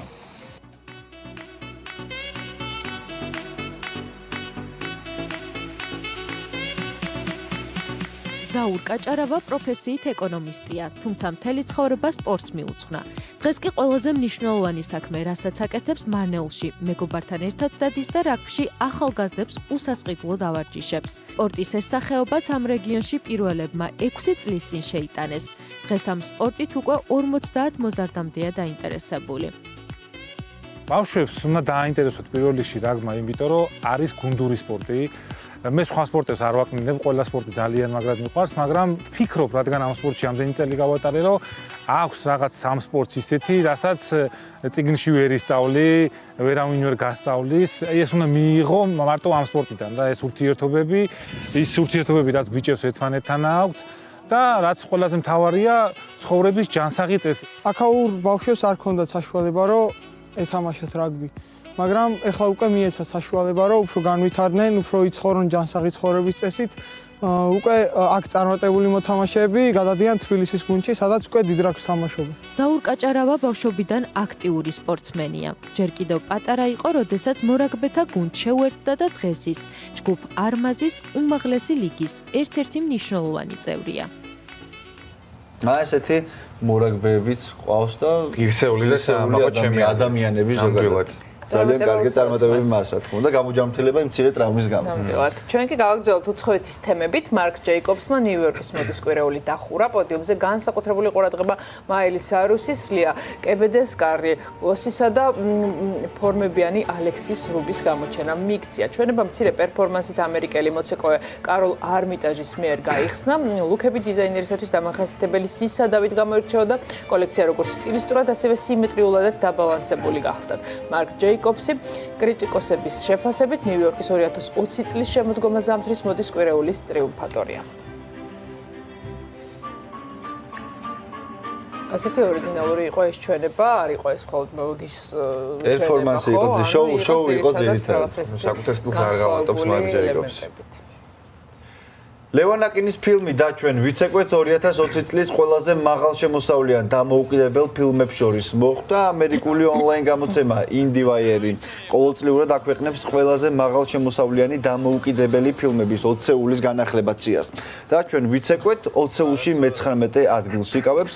სიაში შედის ის დამოუკიდებელი უცხოენოვანი და დოკუმენტური ფილმები, რომლებსაც ამერიკის შეერთებული შტატებისა და კანადის კინოთეატრებში შეზღუდულად აჩვენებენ. კინოჩვენებები ამერიკის შეერთებული შტატების 2 კინოთეატრში 7 თებერვლიდან დაიწყო. აკინის ფილმმა პირველ დღეს $6,490 შეაგროვა, ამ დღისთვის კი ჯამში ამერიკის შეერთებული შტატების კინოგაქირავებიდან მიღებულმა შემოსავალმა $13,880 მიაღწია. ასე რომ საკმაოდ აგრძელებს მოკლედ ეს ფილმი ახალი საბრძოლო ცხოვრების დაპყრობას. და წარმატებები კიდევ არაერთი მას სამომავლოდ. ჟანრი ლოლაშვილის პერსონალურ გამოფენას დღეს იარტ გალერეა მასპინძლობს. სხვა ჟანრი, ასე ჰქვია ექსპოზიციას, რომელიც ხელოვანის მოღვაწეობის სხვადასხვა პერიოდს ასახავს. ექსპოზიციაზე წარმოდგენილი ნამუშევრებიდან უმრავლესობას დამთვალიერებელი პირველად ნახავს. გამოფენა 8 მარტამდე გაგრძელდება. ქართველი მევიოლინე ლიზა ბათიაშვილი ევროპულ ტურნეში გაემგზავრა. მუსიკოსი კონცერტებს ლონდონის სიმფონიურ ორკესტრთან ერთად ატარებს. გუშინ მუსიკალური საღამო ლონდონში ბირბიკან ჰოლში გაიმართა. ლიზა ბათიაშვილის კონცერტები ევროპის მასშტაბით პარიზსა და ლონდონში შედგა. მომდევნო კონცერტი გერმანიაშია ჩანიშნული. 18 თებერვალს მევიოლინე მუსიკალურ საღამოს ჰამბურგის ფილარმონიაში გამართავს. ექსტრემალური და გასართობი ღონისძიება Red Bull Home Run წელს 2 ლოკაციაზე გაიმართება. შეჯიბრი კვირას 16 თებერვალს ბაკურიანიდან აიღებს სტარტს. ექსტრემალებისათვის დიდველის ტრასა ნოდო შეირჩა. Red Bull Home Run-ში მონაწილეობა შეუძლიათ როგორც მოყვარულ, ასევე პროფესიონალ მოთხილამურეებსა და სნოუბორდისტებს. დასვენით საღამოს გუდაური უმასპინძლებს. ფინალი 23 თებერვალსაა ჩანიშნული. ბაკურიანის შეჯიბრზე მაქსიმუმ 150, ხოლო გუდაურში 200 სპორტსმენი შეიძლება რომ გამოვიდეს. Red Bull Home Run-ში მონაწილეობა კეთვით რომ მისი შინაარსი მდგომარეობს შემდეგში, რომ მონაწილეები დებენ თავის თხილამურებს სტარტზე და 50 მეტრის მოშორებით დგებიან უშუალოდ თითო. შემდეგ, როდესაც გაისმის სტარტის ნიშანი, ისინი მირბიან თავისი ეკიპირებისკენ, რაც შეიძლება სწრაფად იცმევენ და მიდიან უშუალოდ ფინიშისკენ. ქართველი კომპოზიტორის გიორგი ოუქლის ავტორო კონცერტ თბილისის მუსიკალურ-კულტურულმა ცენტრმა გულშინ უმასპინძლა. კონცერტზე წარმოდგენილი იყო კომპოზიტორის ნამუშევრების, რომლებიც სხვადასხვა ქართველ მუსიკოსმა შეასრულა. კონცერტი კომპოზიტორის მამას, მეცნიერ ანატოლი უოქლის ეძღვნება. ახალგაზრდა კომპოზიტორმა მუსიკალური განათლება თავდაპირველად თბილისის სამუსიკო სკოლაში მიიღო, შემდეგ კი ნიუ-იორკის უნივერსიტეტში. გიორგი ოუქლის ნაწარმოებები ნიუ-იორკსა და ლონდონში სხვადასხვა კონცერტზე სრულდება. ეს საღამო ეძღვნება მამაჩემის ხსოვნას და ვარ ძალიან ასე ვთქვათ, მოხარული რომ შესდგა ეს საღამო და შემიძლია რაღაცით გამოვხატო მამაჩემისადმი სიყვარული და პატივისცემა, როგორც მამისადმი და ასევე როგორც მეცნიერისადმი. ჩემთვის ძალიან საინტერესოა დღევანდელი საღამო, რადგან ეხლახანს შევიტყვე გიორგი ოუქლის შესახებ და ძალიან საინტერესოა რომ ვიცნობდეთ თანამედროვე ქართველ კომპოზიტორებს. აქამდე რაც მოვისმინე ძალიან მომეწონა, ასევე შემსრულებლებიც არაჩვეულებრივები არიან. საკმაოდ დიდი თოვლია და დაბალია ტემპერატურა ბაკურიანში, სწორედ იქ არის სტუმრად გიორგი ცხადაძე და ამინდის პროგნოზს დღეს თუ რა გველოდება სრულიად საქართველოს მასშტაბით ბაკურიანიდან გავიგებთ. დილა მშვიდობისა გიორგი კიდევ ერთხელ. დილა მშვიდობისა. დილა მშვიდობისა, მოგესალმებით. მივესალმები ყველას, ვინც ახლა გადმორთო ფორმულას დილის გადაცემაზე და უყურებს ჩვენს ჩარტვებს. ჩვენ ვიმყოფებით ბაკურიანში. შემოვედით ისეთ ადგილად, სადაც ექსტრემალებისთვის ერთ-ერთი საყვარელი და საოცნებო ადგილია, ალბათ იმიტომ რომ ჩვენ კაცში ვხედავთ უამრავი თხილამური, სნოუბორდი და სიახლე ინოვაცია საქართველოში Snow Go, ასე ქვია, ამ არაჩვეულებრივ თოვლზე გადაადგილების საშუალებას, რომელიც სულ ახალხანს შემოვიდა საქართველოში. ვაკო არის დილიდან ჩვენთან ერთად და ვაკო, მადლობა რომ დღეს ჩვენთან ერთად იწყებ. ვაკო, საიდან გაჩნდა იდეა და პირველ რიგში რომ ვისაუბროთ ისტორია ამ ტრანსპორტის? იდეა ბევრად უფრო ადრე გაჩნდა, ვიდრე Snow Go შეიქმნებოდა როგორც შემქმნელებისთვის, ასევე ჩვენთვის. ბავშვობაში მე და ჩემი ბიძაშვილი ვაპირებდით აგვეწყო სნოუგოუს პროტოტიპი და უბრალოდ ტექნიკური მხრივ არ შეგვეწყო ხელი რომ განგვევითარებინა ჩვენი იდეა. თუმცა 2017 წელს ჩვენ უკვე ვიხილეთ შექმნილი მოდელი დემო ვერსია, 2018 წელს უკვე ჩაეშვა გაყიდვაში და მოხმარებაში და 19-ში უკვე საქართველოშიც დაიმკვიდრა თავის სნოუგოუმ კომპანია Sunspace არის ოფიციალური შემომტანი სნოუგოუს.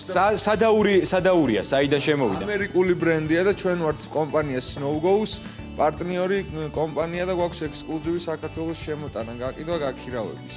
ვაკო, ძალიან სულ უფრო და უფრო აქტუალური ხდება საქართველოში სამთო ტურიზმის განვითარება და ასევე, რა თქმა უნდა, სამთო სპორტის განვითარება. ერთ-ერთი პოპულარული სახეობა თხილამურებით სრიალი და ბევრი ჩემპიონატი ტარდება. მე მაინტერესებს რა ვითარება ამ შემთხვევაში სნოუგოუს შემთხვევაში. ევროპაში ვიცი რომ საკმაოდ აქტიურად გამოიყენება და ჩემპიონატების ტარდება. კი ბატონო, დაგეთანხმებით, ევროპაში საკმაოდ აქტუალური თემაა უკვე სნოუგოუ და მომხმარებელთა მხრიდან დიდი აჟიოტაჟი და ოვაციები დაიმსახურა.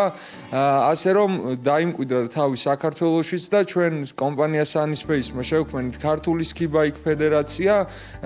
ჩვენ მალე განვითარდებით და მივაღწევთ იმ დონეს, რომ პირველი ტურნირი ჩავატაროთ წელს საქართველოში და ველით ყველა მოყვარულს, მოსრიალეს და ექსტრემალს, ვისაც ახალი შეგრძნებები და მძაფრი შეგრძნებების ინტერესი აქვს. ჩვენ ახლა ბაკურიანში გაქვთ რამოდენიმე მოდელი სნოუგოუსი, ასევე გეგმავთ რომ ასევე გუდაურში გაქვთ როგორც ვიცი და გეგმავთ რომ ახვიდეთ გოდერძიზე და ასევე მესტიაში. კი ბატონო.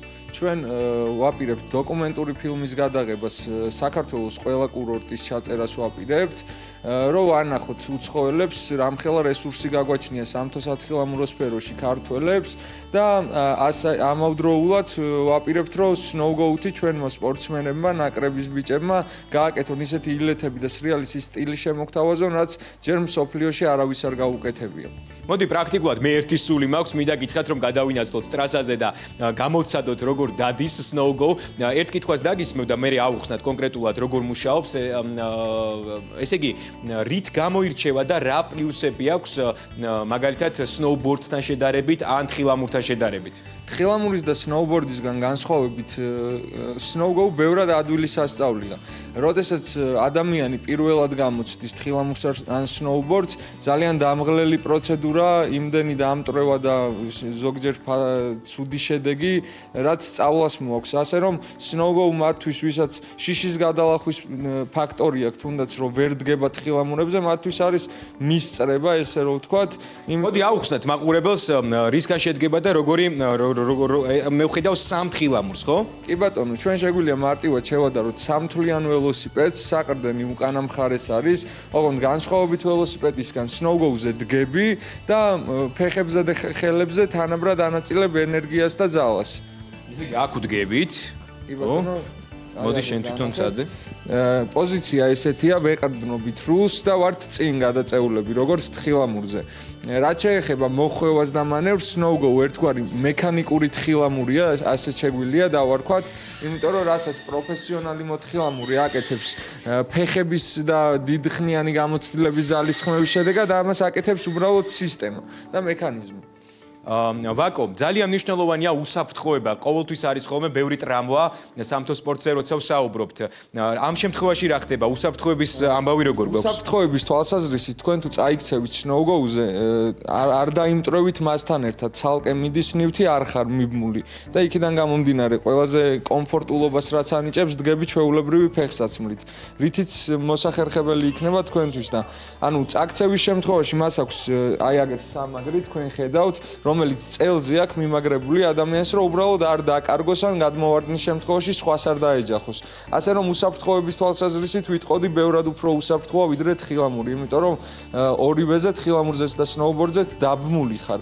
ამაზე უბრალოდ ეს მართლაც დიდი პლუსია. მოდი შეიძლება რომ გამოვცადო და ესე პირველი შეგრძნებები დავიჭირო სნოუგოუსი. ესეთი ექსტრემ რა მაგარია. ესეთი ექსტრემალური უბრალოდ ფეხით იჩალე. სახეობა, მხოლოდ ფეხით ვერ ვაკეთებ, მხოლოდ ფეხით. უბრალოდ აწიე ფეხს ზემოთ. ესეც შეიძლება. მოკლედ ძალიან მაგრა გამოიყურება ერთი სული მაქვს რომ გადავინაცვლოთ და დავტესტოთ როგორია. ვაკუ ერთ კითხვასაც დაგისმევ და შემდეგ ამინდის პროგნოზს წავკითხავ ჩვენს მაყურებელს. ამ გადაადგილების საშუალებით მხოლოდ სათხილამურო ტრასებზე შეგვიძლია გადავადგილდეთ თუ გაუკვალავშიც კომფორტულია? გაუკვალავში ძალიან კომფორტულია და ბევრად უფრო მეტ შეგრძნებას იძლევა, იმიტომ რომ გაუკვალავში ზოგადად სრიალი დიდ ძალას და ენერგიას მოითხოვს და ვინაიდან და რადგანაც სნოუ-გო მექანიკური თხილამურია და მექანიზმი აკეთებს მართვით ფუნქციას, შესაბამისად ბევრად უფრო ადვილია გაუკვალავში სრიალიც და თხილამურებსაც თუ დააკვირდებით, განიერი თხილამურები უყენია და ფრირაიდ სტილია რა. ძალიან დიდი მადლობა ესეთი ამომწურავი საუბრისთვის. მე ამინდის პროგნოზს გიამბობს და გეტყვით რომ ბათუმში 0 გრადუსია ნავარაუდები. ფოთში არის ტემპერატურა ასევე 0 გრადუსი იქნება, სოხუმი -1, ზუგდიდი +2 გრადუსი, ცაგერში კი -3 გრადუსი თოვლს რა თქმა უნდა ცაგერში. მესტიაში -15 გრადუსი ყინვა, ოზურგეთი -1 გრადუსი, ამბროლაურში არის ტემპერატურა 4 გრადუსამდე გათბება, ახალციხე -8 გრადუსი, ხოლო სამტრედიაში -1 გრადუსია ღამე. თოვლს დღე კი მზე გვაქვს. ქუთაისში 0 გრადუსი, ხაშურში -1, ბორჯომში არის ტემპერატურა -7 გრადუსს მივახლოვდება, ბაკურიანი -10, გუდაური -12, ცხინვალი -6 გრადუსი, გორში სინოპტიკოსები -5 გრადუსს კვირდებიან, თელავი -2, რუსთავში ჰაერის ტემპერატურა 2 გრადუსამდე შენარჩუნდება, ხოლო ჩვენს დედაქალაქში თბილისში -1 გრადუსი, ღამე თოვს, დღე კი მზეა ნავარაუდები. ბაკურიაში ცოტა ნისლი ჩამოწვა, მინდა გითხრათ, თუმცა ჯერჯერობით ნამდვილად ძალიან ცივა. მოკლედ, ჯანსაღი ცხოვრების წესზე, სპორტზე ვსაუბრობთ. ამ შემთხვევაში აი ესეთი არაჩვეულებრივი სიახლე შემოგთავაზეთ. დაელოდეთ ჩვენს შემდეგ ჩარტებს და გამოვსვით როგორია მოძრაობაში. რასაც ჩვენ არ გამოვტოვებთ, გიორგი, მადლობა და დროებით. მადლობა დროებით. ჩვენი რუბრიკით გავაგრძელოთ. პარასკევს ტრადიციულად უქმებზე საკითხავ წიგნებს გირჩევთ. ჩვენი რუბრიკის სტუმარია მწერალი თეონადო ლენჯაშვილი, რომელიც სამი წიგნი გამოარჩია მან და რატომ ერთად გავიგოთ. დილა მშვიდობისა, მე შევარჩიე სამი წიგნი, სხვადასხვა ავტორი, რა თქმა უნდა, სხვადასხვა ეპოქა და სხვადასხვა ქვეყნის ავტორები. პირველ რიგში მინდა წარმოგიდგინოთ მარია ვარგას ლიოსას ცნობილი რომანი ვაცის ნადიმი. ჩემთვის განსაკუთრებით საინტერესოა ეს წიგნი ახლა დღეს დღევანდელ საქართველოში მისი კითხვა და იმ ისტორიული გამოცდილების გააზრება, რასაც თავაზობს თქვა ლიტერატურა, იგივე ლათინური ამერიკის ლიტერატურა. ძალიან ცოტა რამ მინდა ასევე ვთქვა ავტორზე, თვითონ ლიოსაზე, რომელიც არის ნობელიანტი და რომელიც კენჭს იყრიდა არჩევნებში დიქტატორ ფუხიმორთან. პირველ ტურში მან გაიმარჯვა, მეორე ტურში დამარცხდა და შემდეგ ის გახდა ცნობილი წერალი და დაწერა სწორედ ამ დიქტატორზე, რომელიც აქ ტრუხილიოს სახელით არის. მოქმედება ვითარდება დომენიკის რესპუბლიკაში და ძალიან საინტერესოა ის, რომ ამ შემთხვევაში ლიოსა აცდა კლასიკურ, ესე რომ ვთქვათ, მაგიურ რეალიზმს, რაც ყველაზე მეტად გავრცელებულია ლათინური ამერიკის ლიტერატურაში და როგორც ვთქვათ, მარკესი გვიამბობდა პატრიარქის შემოდგომაში, სხვა ესე ვთქვათ, დიქტატურის ანატომიაზე და ამ შემთხვევაში სრულიად რეალისტურ ისტორიას გვთავაზობს. ვფიქრობ, რომ ძალიან საინტერესო იქნება ყველასთვის ამ წიგნის წაკითხვა დღეს, რადგან გავიაზროთ, კიდევ ერთხელ ვამბობ, შევაჯამოთ, ვიფიქროთ, როგორ შეიძლება რატო არის, როგორ მართავენ და როგორ ძლებს ეს დიქტატურა, იმიტომ რომ ტრუხილიო არის ადამიანები იბადებიან, კვდებიან და ის კიდევ მუდმივად არის მისი სიკვდილის შემდეგაც კი რატომღაც ადამიანები ნატრობენ მას. ანუ რა არის ეს ერთგვარი თან შიში, თან რაღაცნაირად უკვე ამ ჭაობში და ამ ტყვეობაში ყოფნის, აი ეს უმოქმედობის, პროტესტის არარსებობის და ასე შემდეგ ადამიანური განცდების ასევე ისტორია. ყველას გირჩევთ, ვისაც ჯერ კიდევ არ წაგიკითხავთ ამ დიდი წერლის ეს დიდი წიგნი, წავიკითხოთ და შევადაროთ ჩვენს დღევანდელ რეალობას და გავავლოთ ერთგვარი პარალელები. რაც შეეხება მეორე წიგნს, ეს არის ქალი მწერალი ელიფ შაფაკი. ძალიან საინტერესო აქ არის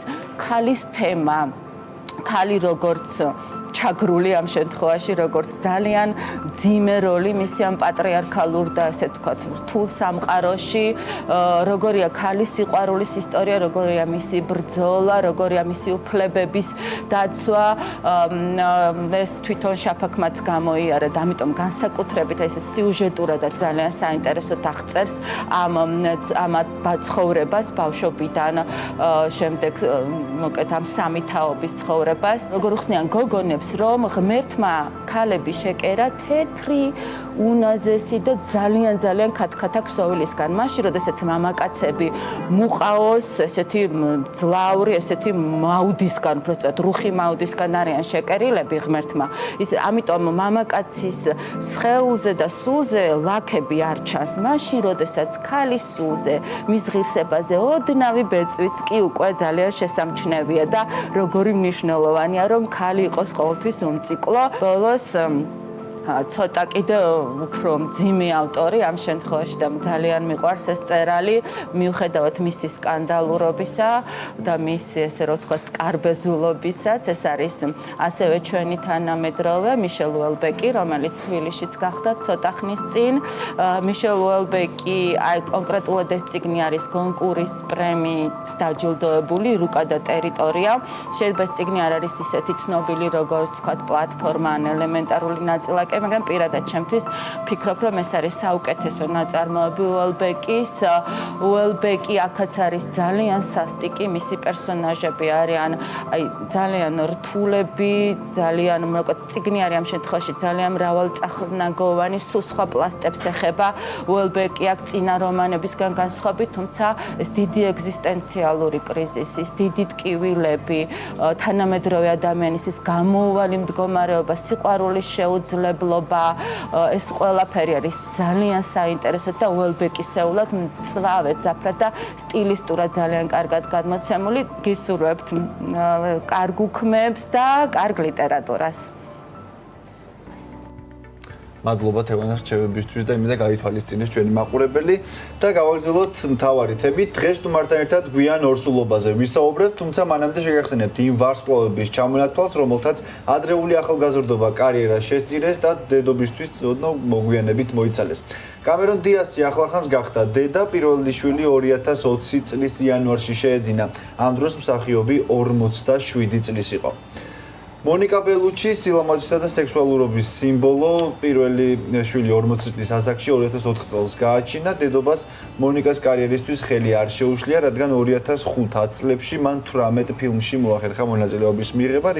შემდეგაც 2010 წელს 46 წლის მონიკა ბელუჩი მეორე შვილის დედა გახდა. მერილ სტრიპი 3 ოსკარის მფლობელი მსახიობი, 4 შვილის დედა, პირველი ბავშვი მან 30 წლის ასაკში გააჩინა, მეოთხე კი 1991 წელს 41 წლის ასაკში შეეძინა. უმა თურმანი ტარანტინოს მთავარი მუზა კინოვარსკვლავი 41 წლის გახდა, როდესაც მესამე შვილი გააჩინა. ჯულია რობერტსი კინოვარსკვლავის 3 შვილის დედაა, პირველი 2 შვილი, რომლების ტყუპები არიან 37 წლისამ გააჩინა, მესამე კი 40 წლის ასაკში შეეძინა. სელმა ჰაიეკი 42 წლის მსახიობი, 42 წლის ასაკში გახდა დედა, ბავშვის მამამ, ფრანგმა მილიარდერმა ფრანსუა პინომ სელმაზე საერთო შვილის დაბადებიდან 2 წლის შემდეგ 2009 წელს იქორწინა. ჰოლი ბერი 53 წლის კინოვარსკვლავი 2 შვილის დედაა. პირველი ბავშვი მან 41 წლის ასაკში გააჩინა, მეორე კი 47-ის. მერაია კერი მომღერალი 42 წლის გახდა, როდესაც თავიზე 11 წლის უმცროსი ქმრისგან ტყუპები გააჩინა და როგორც ხედავთ საკმაოდ ისეთ ასაკში აჩენენ. მადონა პოპის დედოფალი მრავალშვილიანი დედაა, მას 5 შვილი ყავს, აქედან 4 აყვანილია ბიოლოგიური შვილებიდან. ერთ-ერთი კი მომღერალმა 41 წლის ასაკში 2000 წელს გააჩინა, ბავშვის მამა ბრიტანელი რეჟისორი გაი რიჩია. აი ასეთია ჩავა. ეს ყველა არ არის, რაც ხონდა კიდევ ბევრია, სადღაც 30-მდე იყო, რაც დავთვალეთ, ძალიან ცნობილი ვარსკვლავი. განსაკუთრებულები ამგვარჩია. ხო, 35 წელს ზემოთ გააჩინეს ბავშვი. რეპროდუქციული მედიცინის ამერიკული საზოგადოების მონაცემებით 30 წლის ჯანმრთელი ქალის დაორსულების ალბათობა თვის განმავლობაში 20%-ია, ხოლო 40 მიტანებულისა 5%. რამდენად გაიზარდა ბოლო წლების მანძილზე 35 წლის ზემოთ ორსულთა რაოდენობა, რამდენად შეიცვალა ხანდაზმული ორსულის სტატუსის ასაკი, ჩვენი სტუმარია მეანგინეკოლოგი აკაჩიკოვანი და სწორედ ის გვიპასუხებს დილამშვიდობისა ჩვენთან ერთად 10 წლის წინ იყო სადღაც 28-30 წელი, ხო? რაც ითვლებოდა ხანდაზმულ ასაკად. 10 წლის წინ იყო 28-30 წელი, რაც ითვლებოდა ხანდაზმულ ასაკად, კი ბატონო. დღესდღეობით ეს თოთ განსაზღვრული არ არის, თუმცა ზღვარი ითვლება, რომ 35 წელზე გადის. შესაბამისად, ქალები, რომლებიც 35 წლის ასაკში აჩენენ შვილს და არა ფეხმძიმდებიან, ითვლება როგორც უკვე ხანდაზმულ მშობიარეთ. თუმცა საკმაოდ ბევრია. ბოლო წლებს თუ გადავხედავთ, არ ვიცი ეს რა მოიტანა, მე არა მაქვს ამის ახსნა, მაგრამ თქვენს პრაქტიკაში რამდენად აკვირდებით, რომ მოიმატა ქალბატონების რაოდენობა, რომლებიც 35 წელს ზემოთ სწორედ გადაწყვეტენ, რომ უნდა ყავდეთ შვილი. ზოგადად, რა თქმა უნდა, რო გადახედოთ ანუ სტატისტიკას, დაახლოებით 30 წლის წინ საშუალო მშობიარობის ასაკი 21-22 წელი იყო და მსოფლიოში ამ ასაკმა საერთოდ ზოგადად გადაინაცვლა და დღეს ეს 28-29 წელია. რა თქმა უნდა, უფრო ხშირად ხვდებით ქალებს, რომლებიც 35 წლის ზემოთ ორსულდებიან და ბავშვს აჩენენ. ეს მოიტანა იმან ერთის მხრივ, რომ მეტი ინფორმაცია აქვს კონტრაცეფციის შესახებ. გეგმავს აი კარიერული წინსვლებია მაგალითად, ხო, სწავლობს, შემდგომ აგრძელებს სწავლას, გეგმავს კარიერას და აქვს სურვილი იყოს უფრო სტაბილური, როგორც ოჯახურ ცხოვრებაში, ასევე ფინანსურად, სანამ ის ბავშვს დაგეგმავს. გარდა ამისა, ანუ ზოგადად ცხოვრების წესის ცვლილებამ და ის რომ უკვე ქალს აღარ ეშინია, რომ 35 წლის ზემოთ შეეძლება მასაც რომ ყავდეს შვილი, ალბათ ესეც განაპირობებს იმას, რომ ქალები უფრო და უფრო ხშირად გეგმავენ ამასაკით ზემოთ ორსულობას. და იდეალურ ასაკად რა ითვლება ბავშვის შეძენისთვის? იდეალურ ასაკად ახლა თუ ავიღებთ იმას, რომ 35 წლის ზემოთ ორსულობა საკმაოდ ბევრი რისკი უკავშირდება, ისევე როგორც თინეიჯერულ ასაკში, მაგალითად 20 წლის ქვემოთ, 18 წლის ქვემოთ ასევე იზრდება რისკი, შეგვიძლია ჩავთვალოთ, რომ იდეალური რეპროდუქციული ასაკი ქალისთვის ეს არის 20-დან 35 წლამდე. საკმაოდ დიდი შუალედია ეს. თქვენს პრაქტიკაში ყველაზე ხანდაზმული მშობიარე რა ასაკის ყოფილა? 47 წლის ასაკის, ვისაც ახლა, თუმცა ყოლია კოლეგები, რომლებსაც 50-57 წლის ორსულების ყოლი. შვილი, მამაკაცებთან არის რაიმე სახის შეზღუდვა ასაკობრივი? იცით რა არის? არ იყო, უბრალოდ ბოლო პერიოდში წამოვიდა კვლევები, რომ დაუშვათ მამაკაცის ასაკიც გინდა არ გინდა ზეგავლენას ახდენს, იმიტომ რომ სპერმის დაბერება ხდება და აუტისტური სპექტრის აშლობები და დაავადებები უფრო მეტია ასეთ შემთხვევებში. და თქვათ რა ასაკი არის, რომელს ზემოთაც უფრო მეტი არის თქვათ. იცით როგორ არის? ესე კონკრეტულად არ არის, თუმცა 60 წლის ზემოთ ითვლება, რომ მანამდე პრობლემას არ წარმოადგენს. თქვენ თქვით და ხო, ნუ ამაზე ყველას გვაქვს ინფორმაცია, რომ 35 წელს ზემოთ, როდესაც ქალი დაგეგმავს ორსულობას, უფრო მეტი რისკია და უფრო მეტი ყურადღება მართებს მას. რა სახის, ანუ რა სახის კვლევები არსებობს და რა მიმართულებებს უნდა გაყვეს ის აუცილებლად ყურადღებით, რომ რაღაც რისკები თავიდან აიცინოს. ხო, ესე იგი რა რისკები ალბათ აქედან დავიწყოთ, რომ შესაბამისად მე იმას ერთი ის რომ როგორც თქვენ ახსენეთ, საკმაოდ ჭირს უკვე დაორსულება, ანუ 35 წლის ზემოთ ქალის თვითონ დაორსულების პროცესი მნიშვნელოვნად 5% ყოფილა ძალიან დაბალია თვისმანძილზე. განსაკუთრებით პირველი ორსულებისთვის, ახლა განმეორებით, როდესაც უფრო მანამდე ყავს გაჩენილი ერთი შვილი, შემდეგი ორსულობის ეს მნიშვნელოვნად არ ეცემა, მაგრამ პირველი ორსულობის დაგეგმა მნიშვნელოვნად კლებულა. რისკი არ ეცემა და ასევე ვთქვათ, უფრო მეტი ნაკლები საფრთხე არის, ვთქვათ ასეთი, თუ ერთი შვილი ყავს და 35 წელს ზემოთ გადაწყვეტს. გარკვეული საფრთხეები, რა თქმა უნდა, ნაკლებია, მაგრამ ასაკთან ერთად საფრთხე მოდის, როგორც იმიტომ რომ ასაკი თვითონ როგორც ესეთი ინდივიდუალური რისკ ფაქტორს წარმოადგენს. რაც შეეხება რისკებს, რო ჩამოვყვეთ, ახლა ეს შეიძლება იყოს მოშლები, მაგალითად თვითნებითი აბორტები ითვლება, რომ 35 წლის ზემოთ, 35-დან 40 წლამდე არის, დაახლოებით 40% შეადგენს. 40 წლის ზემოთ ყოველ მეორე ქალს ეშლება ორსულობა.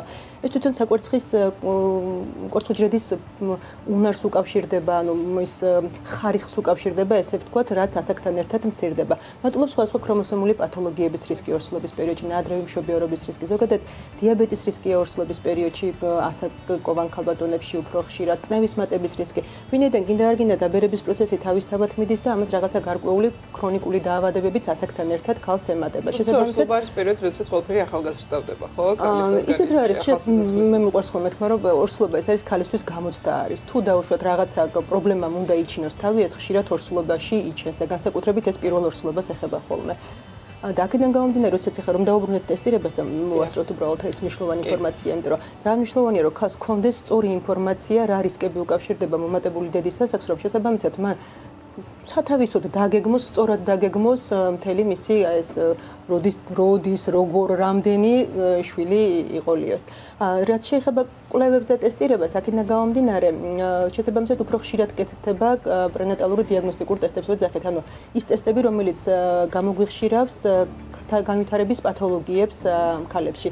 ეს არის სკრინინგული ტესტებია და არის დიაგნოსტიკური ტესტები. სკრინინგული ტესტები, ვინაიდან დიაგნოსტიკური ტესტები უფრო და უფრო ხშირად გამოიყენება ხოლმე ამ ქალბატონებში, სკრინინგული ტესტებს უბრალოდ რომ გავმიჯნოთ, არის უფრო ნაკლები ინფორმატიულობა გააჩნია. თუმცა ბოლო პერიოდში წამოვიდა შეიძლება გსმენიათ ნაყოფის დნმ-ს ვნახულობთ დედის სისხლში, რომელიც ცოტა შედარებით ძვირადღირებული ტესტია, თუმცა მაღალი მგრძნობელობით და მაღალი სპეციფიურობით და შესაბამისად თუ ეს ტესტი ნორმალურია, მშვიდად შეუძლია არ გადავიდეთ დიაგნოსტიკურ ტესტებზე. დიაგნოსტიკური ტესტები ჩარევითი ტესტებია, მაგალითად ამიოცენტეზი, როდესაც ეს არის მუცლის ღრუ და ნემსის შესული, ნემსი და სითხის აღება და შემდგომი მისი შესწავლა უკვე ნაყოფის დნმ-ის ამოღების მიზნით. კი, ასევე ამოვიკითხე ერთ სიტყვი რა 35 წელს ეხოთ უფრო მეტი არის, როდესაც ტყუპები ჩნდებიან. ეს რამდენად არის ახლოს? რეალობასთან თუ მითია? არა, ესეც ნამდვილად ერთი ის არის, რომ ხალი ხშირად ამ შემთხვევაში უკვე შეშინებულია და თუ მალევე არ დადგა ორსულობა, მიმართავს გარკვეულ მედიკამენტებს, იმისთვის სტიმულაციის პრეპარატებს, მაგალითად, რომლებიც ზრდიან ასევე ტყუპის დაბადების ალბათობას და თუ ისედაც ასაკთან ერთად ხალებში ხშირია ხოლმე ორი ფოლიკულა ერთად მწიფდება, ისიც ოვულაციის რაღაც გარკვეულ პრობლემებს უკავშირდება და შესაბამისად ტყუპი ნაყოფი უფრო ხშირია 35 წელს ზემოთ ხალებში. აი მე მაინტერესებს შუალედები ორსულობებს შორის, ხო, აი პირველ ორსულობას და მეორეს შორის, მეორეს და მესამეს შორის, აი არის თუ არა ამაში რამე განსაკუთრებული სხვაობა? რაც პირველსა და მეორეს შორის არის, ის არის მეორე და მესამეც, ანუ რა თქმა უნდა არის რაღაცა ოპტიმალური დრო, როდესაც ხალხს ვეუბნებით, რომ რაღაცა ანუ ამაზე უფრო მოკლე შუალედი არ ღირს. ეს არის 6 თვე არის ყველაზე მინიმალური შუალედი, რაც შეიძლება ხალხს ერთი ორსულობიდან მეორე ორსულობებს შორის კონდეს იდეალურ ვარიანტში. თუმცა ითვლება, რომ 18 თვის ზემოთ გამოსავალი უკეთესია, ვინაიდან ორსულობის პერიოდში ხალხის ორგანიზმი ანუ ხდება ნივთიერებათა გამოლევა, ანუ ის მოიხმარს მთელი ორსულობის მანძილზე ამ სხვადასხვა ნივთიერებებს, ვიტამინებს და მშობიარობის შემდეგ კიდე ხალი აგრძელებს როგორც უზუთიკობა, აქედან გამომდინარე, მისი ორგანიზმი ესე ვთქვათ გამოლეული და გამოფიტულია და არ არის მზად მალევე შემდგომი ორსულობისთვის. 18 თვის შემდეგ უკვე ხალის ორგანიზმი სრულიად მზად არის შემდეგი ორსულობის დაგეგმისთვის. თუმცა ეხლა თუ დავაკავშირებთ ამას 35 წლის ზემოთ ქალებთან, მათ ხშირად არა აქვთ ეს პერიოდი, რომ ეხლა 18 თვე იცადონ ერთი ბავშვიდან მეორე ბავშვამდე, როდესაც უნდათ რომ მოასწრონ რაღაცა გარკვეული რაოდენობა შვილების და აქედან გამომდინარე ხშირად ამიტომ არის რომ ეს პერიოდი ამ შემთხვევაში შემცირებულია. და ასაკში ორსულობის დადებით მხარეებზე თქვა რა შეგვიძლია თქვა საუბრის ბოლოს. ასაკში ორსულობის დადებით მხარეები, ესე იგი ხო მარტო შეშინება ნამდვილად არ ღირს, იმიტომ რომ უმეტეს შემთხვევაში ორსულობა დადებით ანუ პოზიტიურად მთავრდება დადებითი ეფექტებით და ის რომ უზარმაზარი სიხარული მოყვება და ხალი აბსოლუტურად რა თქმა უნდა განსხვავებული ჰორმონალური ცვლილებებია ამ შემთხვევაში და ხალი სრულიად სხვანაირად ახალგაზრდულად გრძნობს ხოლმე თავს. ძალიან დიდი მადლობა კაპიტან მაკა, გისურვებთ რა თქმა უნდა პოზიტიურ დღეს და დაგემშვიდობებით. და ასაკში ორსულობა ჩემოჯახზე მაგ 20 წლით უმცროსი ძმა მყავს, და ამას დიდი ბედნიერება რა თქმა უნდა არაფერი არ არის. დიდი მადლობა. საქართველოს მსოფლიოს ყურადღების ქვეშ კიდევ ერთხელ მოექცა არქიტექტორ გიორგი ხმალაძის პროექტმა კაფსულა საერთაშორისო აღიარება მოიპოვა. უჩვეულო კონსტრუქცია ალბათ ყველა თქვენგანს შეუნიშნავს, თუმცა ბერმა შეიძლება არც კი იცით ის რა არის. ახალი ქართული ყავის ბრენდისთვის დაპროექტებული ქარხანა ვნახოთ თაკო ნოზაძის რუბრიკაში არქიტექტურა და დიზაინი. დედაქალაქის გასასვლელში დაუსახლებელ ადგილას დგას ბეტონის მონოლითური შენობა. ნაგებობა ბუნებრივი მწვანე გადახურვის საშუალებით ორგანულად ერწყმის გარემოს. სწორედ ეს ხდის ამ შენობას ერთდროულად შეუმჩნეველსა და თვალშისაცემს. მაგისტრალის მხრიდან შენობა მთლიანად დახურულია. რთული და საინტერესო გეომეტრიული ბეტონის ყრუკედელი მისტიკას ძენს. ერთი შეხედვით ვინმე შეიძლება სახელმწიფო კონსპირაციული შენობა ეგონოს, მაგრამ ის უბრალოდ ყავის ქარხანაა.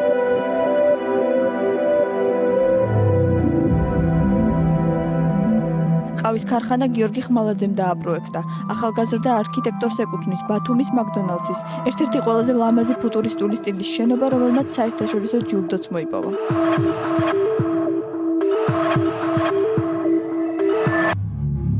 დამკვეთის მთავარი მოთხოვნა იყო შექმნილიყო არასტანდარტული ქარხანა, რომელიც ერთდროულად სამუშაო და მოსასვენებელ სივრცეებს გაერთიანებდა.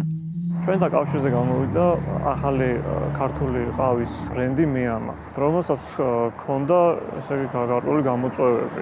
მოკლედ საპროექტო დავალება შედგებოდა იმისგან, რომ უნდა შეგვექმნა პროექტი, რომელიც მოიცავს ყავის საწარმო ხაზს, საოფისე ინფრასტრუქტურას, რომელიც მოემსახურებოდა ამ საწარმოს და ასევე საერთო სარგებლობის სივრცეები, რომელიც განკუთვნილი იქნებოდა სტუმრების მისაღებად.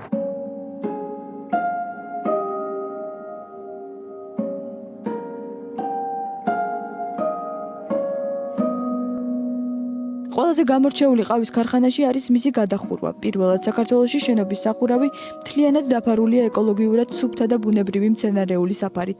გამწვანებული სახურავი არა მხოლოდ ორიგინალური მოფიქრება, არამედ ის კარგით მოიზოლატორია, განსაკუთრებით ამ მასშტაბის შენობისთვის.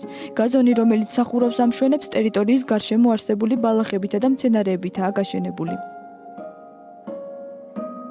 როცა მოვედით და დავდექით ამ მიწაზე, ვიყო ესე მწვანე მდელო, უკან შენობის უკან არის ფიჭვნარის მასივი. აქედან გამომდინარე გადავწყვიტე და შევთავაზეთ, რომ მთლიანი შენობის ლაქა, რაც ჩვენმა დაიკავა, ხო, ეს მდელო, ეს პირდაპირ აგვეტანა და სახურავზე გაგვემეორებინა იგივე. შენობის გარე ფასადი ბეტონის დასაკეცი ფილებისგან შედგება. ასიმეტრიული ბეტონის სტრუქტურა საინტერესო გეომეტრიულ ფიგურას ქმნის, რომელიც დღის განმავლობაში განათებასთან ერთად იცვლება. მზის ჩასვლის ან ამოსვლის დროს წარმოქმნილი შუქჭრდილები შთაბეჭდილებას ტოვებს, რომ ის მოძრაობს. ძირითადი მასალა ბეტონი, მინა, ის ფასადი, უკანა ფასადი, რომელიც გამწვანებულ ტერიტორიისკენ არის გახსნილი, ფაქტიურად სულ ვიტრაჟი არის და ინტერიერში ეს შემოყვანილი არის ვიზუალურად ეს მწვანე გამწვანებული ეზო. ცენტრალური შესასვლელი კლდეში ნაკვეთ ვიწრო ღიობს მოგვაგონებს. ერთ მთლიან სივრცეს ერთმანეთისგან ყოფს მინისა და რკინის კონსტრუქციები, ხით მოპირკეთებული ტერასები, რომლებიც ერთმანეთს კიბეებით უკავშირდებიან. ღია სივრცეებში ჰაერში გამოკიდებული პლატფორმები კი საინტერესო ინტერიერს ქმნის.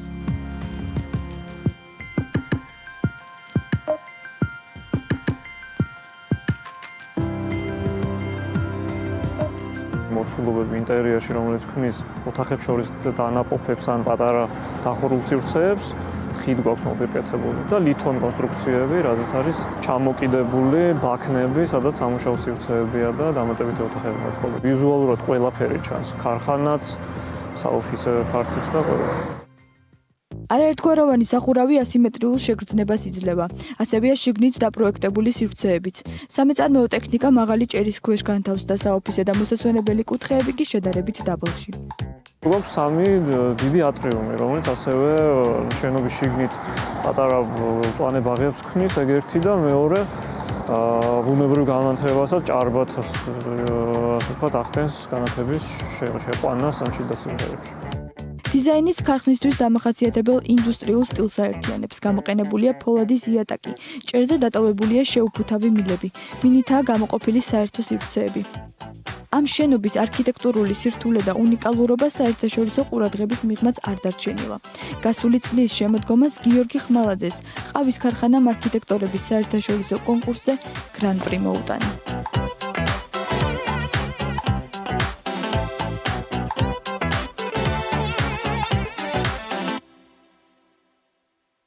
ერთია რომ ვიზუალურად ძალიან შთამბეჭდავია და მე არ ვიცოდი შიგნით როგორი იყო ინტერიერი და ძალიან მიხარია რომ თაკო სიუჟეტმა მოგცა ამის საშუალება. შესაბამისი აღმოჩნდა ხო, რაც ველოდით ალბათ ის იყო.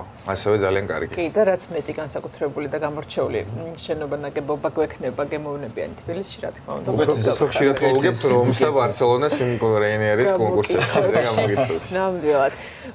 ცოტა ძველ ამბავზე მოგიყვებით, მსოფლიოში დაახლოებით 200,000-დან 9 მილიონამდე სასტუმრო არსებობს, ფაქტობრივად ყველა მათგანი განსხვავებულია, როგორც ფასებით, ასევე მომსახურების ხარისხით, მათ შორის არჩევანის გაკეთებაში კი ვარსკვლავის რაოდენობა გვეხმარება. სავარაუდოდ 1300 წლის წინ მსოფლიოს ყველაზე ძველ სასტუმროს შესაძლებლად ვარსკვლავის საერთოდ არაფერში არ დასჭირდებოდა. 1000 წლეულზე მეტი ხნის წინ მსოფლიოს უძველესი სასტუმრო იაპონიაში გაიხსნა. ის დღემდე პირვანდელი დანიშნულებით ფუნქციონირებს. კეიუნკანი, ასე ჰქვია სასტუმროს, რომელიც ჩვენი წელთაღრიცხვით დაახლოებით 705 წელს დაფუძნდა. შენობა ცხელი წყლის წყაროებთან ფუჯივარა მაჰიტომა ააშენა. მას შემდეგ სასტუმროს მისი ოჯახი წარმომადგენლები უკვე 55 თაობა ფლობს და ესე აგრძელებენ 55 საქმეს, რომელიც დაუტოვა მათ თავიანთმა წინაპრებმა და ნუ გამორიცხული რომ ეს საქმე არ გააგრძელო, ნამდვილად ისეთი. ესეთ საქმე დაწყებული სულ უნდა გააგრძელო. კარგია. იმედი ოდესმე მოხვდებით აქ. კარგი იქნება და მოხდებით. წინააღმდეგი არ ვიქნებოდი. და ეხლა კიდევ ერთი ძალიან ლამაზი სანახაობა უნდა ვნახოთ ნორვეგიაში. რომელსაც ბუნება ქმნის ბუნება ქმნის, კი, ბუნებრივად არის შექმნილი. ნორვეგიაში აურორა ბორეალის ობსერვატორიიდან მიმდებარე ტერიტორიაზე დანახული კადრები ჩრდილოეთის ციალი, ხო? და იმ ადამიანებსაც როგორ უმართლებთ, რომლებსაც აქვს შესაძლებლობა, რომ ეს ასე აი ტელეფონით დადგე ქვემოდან და გადაიღო, ხო? აუჯერებელი. ულამაზესი კადრებია ნამდვილად და ეს ამ დაახლოებით ამ პერიოდში არის დამახასიათებელი, ნუ სექტემბერი, მარტის დასაწყისი, სიცივეები, ბოლოს სიცივეები როცა არის. და თავიდან ჩვენ რო ნახეთ ეს კადრები ცოტა გვეგონა რომ შეიძლება რაღაც კომპიუტერული გრაფიკა ხომ არ არის, იმიტომ იმდენად არაბუნებრივი სილამაზეა რომ ცოტა დაფიქრდები ხელოვნური ხომ არ არის, მაგრამ რეალურია ეს ნამდვილად იყო 12 თებერვლის ღამეს დაფიქსირდა ეს სილამაზე. და ზუსტად სასტუმროს არ იყოს, ესეც აუცილებლად სანახავია და იმედია ოდესმე ამასაც ობსერვატორიას ნახე, ირმები ყავთ ირგვლივ, რაღაც ძალიან ბუნებრივი გარემო აქვთ. ძალიან ცივა. სილამაზე ბუნების და სამყაროს შეიძლება. მაგიტომაც არის ნორვეგია ერთ-ერთი წამყვანი ქვეყანა. ძალიან ლამაზია მართლა.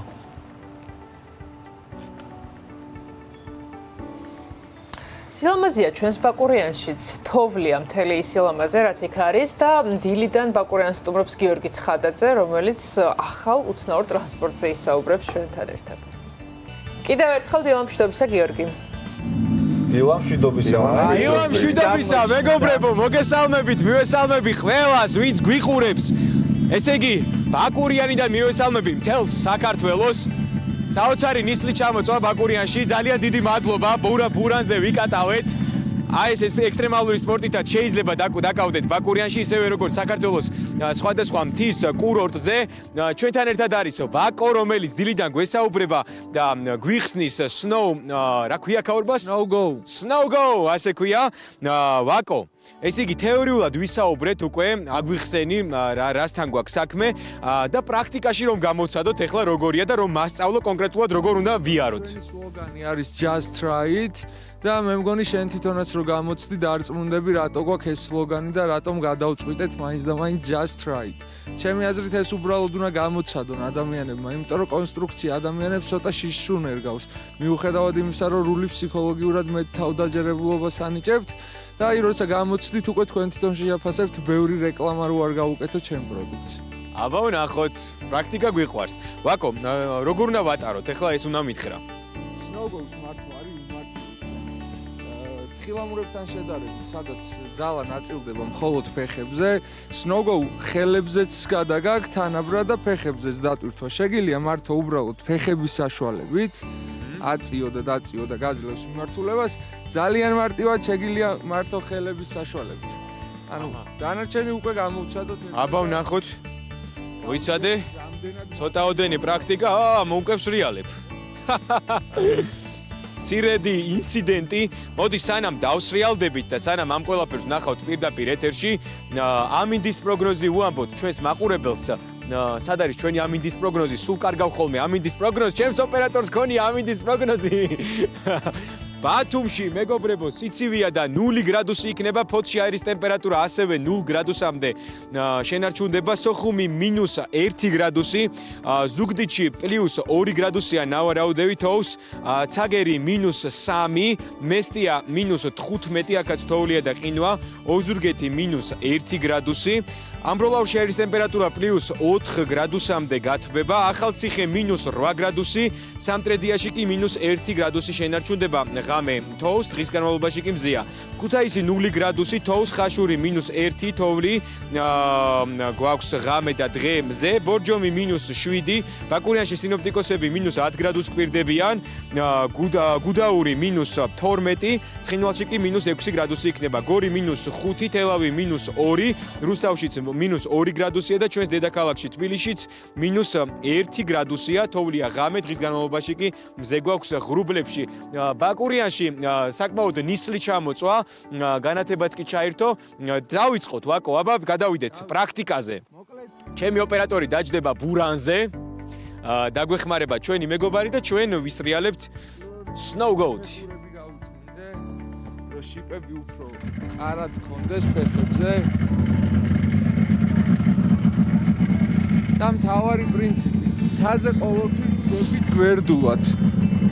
ყოველთვის რაზეც არ უნდა ვსრიალებდეთ, იმიტომ რომ მოჭიდება არ დაკარგოს სასრიალო საშუალება. შემდეგ მთას ოპა ბურანმა მოგვყარა რამის, მაგრამ არ გავატანეთ.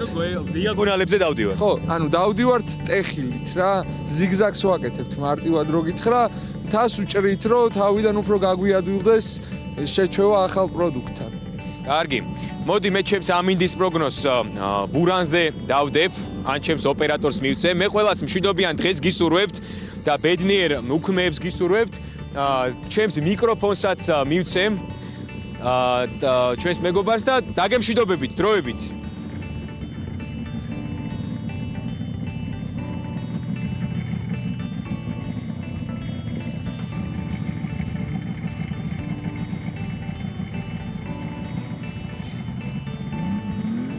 მე მგონი გიორგის კარგად გამოუვა პირველი მცდელობა Snow Go-ზე. ძალიან დამაინტერესა მე ამ საშუალებამ, იმიტომ რომ საშუალება ნამდვილად. მაგრამ მგონია მაინც რომ ველოსიპედს უნდა ფლობდე და თხილამურზეც უნდა იდგე, იმიტომ რომ წონასწორობის ენერგიულობა მიშნელია თავი. და დაღმართზე საკმაოდ მაღალ ტემპერატურა, ისა საკმაოდ მაღალ მასაც განავითარებს, სიჩქარესაც განავითარებს. კარგია, თან მოსრიალებია, სასიამოვნოა. გასწრო ცოტა ბურანმა მე მგონი და გიორგი ჩამორჩა. აი, გამორჩა. გზა იმდენად ესეთია ტალღოვანია, ეს ჩვენ კამერაზე აშკარად იგრძნობა, ხო? ესეთი არ არის არი კადრი. სიამოვნებით გამოჩნდი, მეც რა გაგიმალოთ. საკმაოდ დიდი თოვლი არის, რასაც უყურებთ ბაკურიანში, გაუმართლად ადამიანებს, ვინც იკისვენებს ამ პერიოდში. მე პირადად იანვრს და აი, ზამთარი არის ეს. შენ არ გაგიმართლა, ხო? მე არ გამიმართლა. ზამთარი არის ეს.